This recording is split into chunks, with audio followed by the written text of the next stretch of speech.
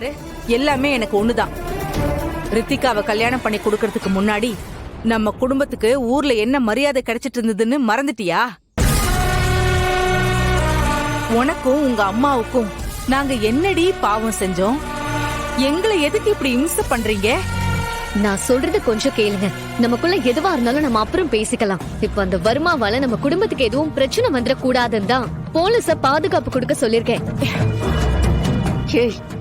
இத தாண்டி வேணான்னு சொல்றோம். எங்களுக்கு எதுக்கு போலீஸ் பாதுகாப்பு? பிரச்சனை உங்க அம்மாவுக்கும் அந்த வர்மாவுக்கும் தானே. அதுக்கே அவன் தேவையில்லாம எங்க கிட்ட பிரச்சனை பண்ண போறான். ஐயோ அத்தை, உங்களுக்கு புரியாது. வர்மா ஒரு சைக்கோ. அவன் எப்போ என்ன செய்வான்னு சொல்ல முடியாது. அதனால தயவு செஞ்சு கொஞ்சம் பொறுமையா இருங்க. போலீஸ் இப்போ பாதுகாப்புக்கு இருக்கட்டும். ஏய், நான் தான் எதுவுமே வேண்டான்னு சொல்றேன்ல. உங்க அம்மாவுக்கும் இந்த குடும்பத்துக்கும் எந்த சம்பந்தமும் கிடையாது.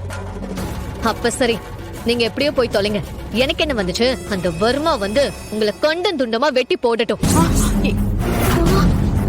துப்பாக்கியால நல்லா நெத்தி போட்டிலே வச்சு சுட்டு கொல்லட்டும். நான் சொல்ல வேண்டியதை சொல்லிட்டேன். அதுக்கப்புறம் வர்மா,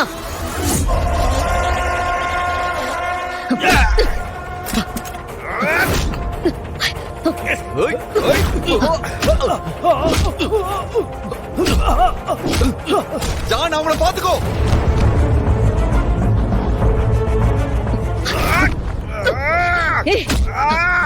ஏடி, அவங்க என் கையால சாவறத உன்னால தடுக்கவே முடியாது. என்ன மீறி உன்னால அவங்களுக்கு எதுவும் செய்ய முடியாது.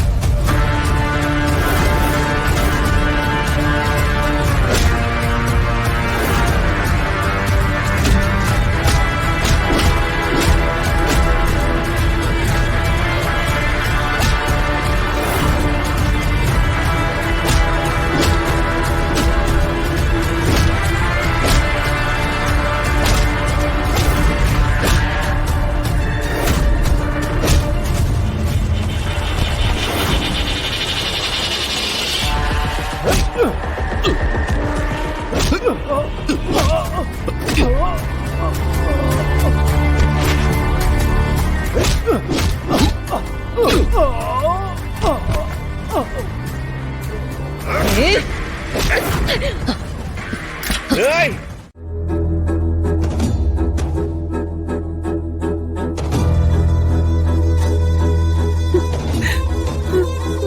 என்னால இவங்களை கூட காப்பாத்த முடியல.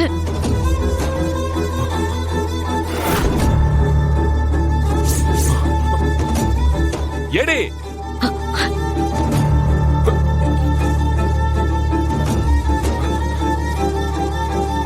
என்னாச்சு?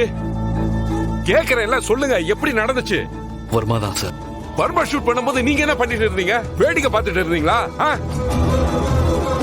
இவங்களுக்குன்னு ஒரு ஃபேமிலி இருக்குல்ல, அவங்க கேட்டா என்ன பத்தி சொல்லுவீங்க? நம்மள நம்பி தானே வந்தாங்க இவங்க.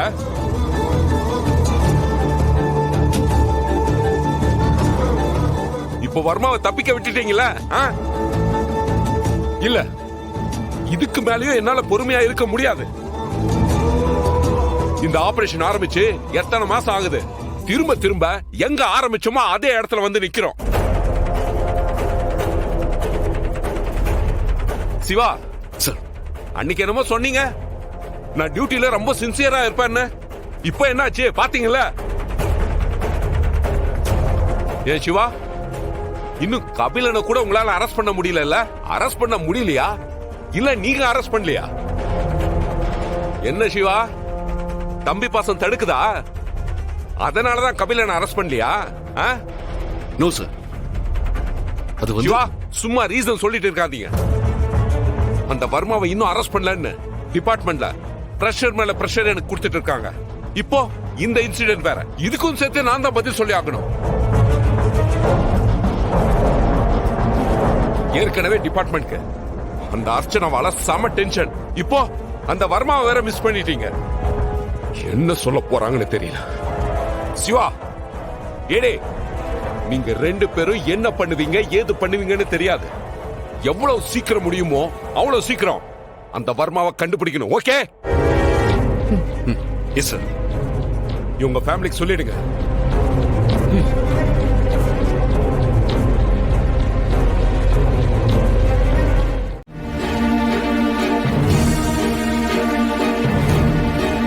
ஐலி, நல்லா யோசிச்சுதான் இந்த முடிவு எடுத்திருக்கியா? இதெல்லாம் சரியா வருமா? தயவு செஞ்சு என்கிட்ட எதுவும் கேட்காதீங்க. எதுவும் யோசிக்கிற நிலைமையில நான் இல்ல சிவா. என் மைண்ட்ல ஓடிட்டு இருக்கிறது எல்லாம் அம்மா எப்பவும் என் கண் பார்வையில தான் இருக்கணும், அவ்வளவுதான். அதுக்குல்ல ஐலி, ஒரு ரிஸ்க்ல இருந்து தப்பிக்கிறதுக்காக இன்னொரு ரிஸ்க்ல மாட்ட போறோமோன்னு தோணுது. இப்போ இந்த ரிஸ்கால என்ன ப்ராப்ளம் வந்தாலும் அது எனக்கு தான் வரும்.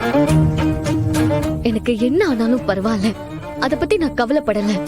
ஆனா என் அம்மாக்கு எதுவும் ஆயிடக்கூடாது, அதுதான் முக்கியம். ஒருவேளை மாட்டிக்கிட்டா என்ன பண்றது? மாட்டிக்காத அளவுக்கு நாம தான் சிவா பாத்துக்கணும். நமக்கு இப்போ வேற ஆப்ஷனே இல்ல. முன்னாடி எல்லாம் அந்த வர்மாவை நினைச்சா எனக்கு கோவம் தான் வரும். ஆனா என்னைக்கு நான் அம்மாவை பார்த்தனோ அன்னில இருந்து அந்த வர்மா அம்மாவை கண்டுபிடிச்சிருவானோன்னு பயமா தான் இருக்கு.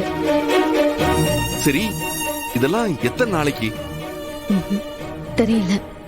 ஆனா நமக்குன்னு ஒரு வழி இருக்கும். அது வரைக்கும் நாம இந்த ரிஸ்கை எடுத்துதான் ஆகணும்.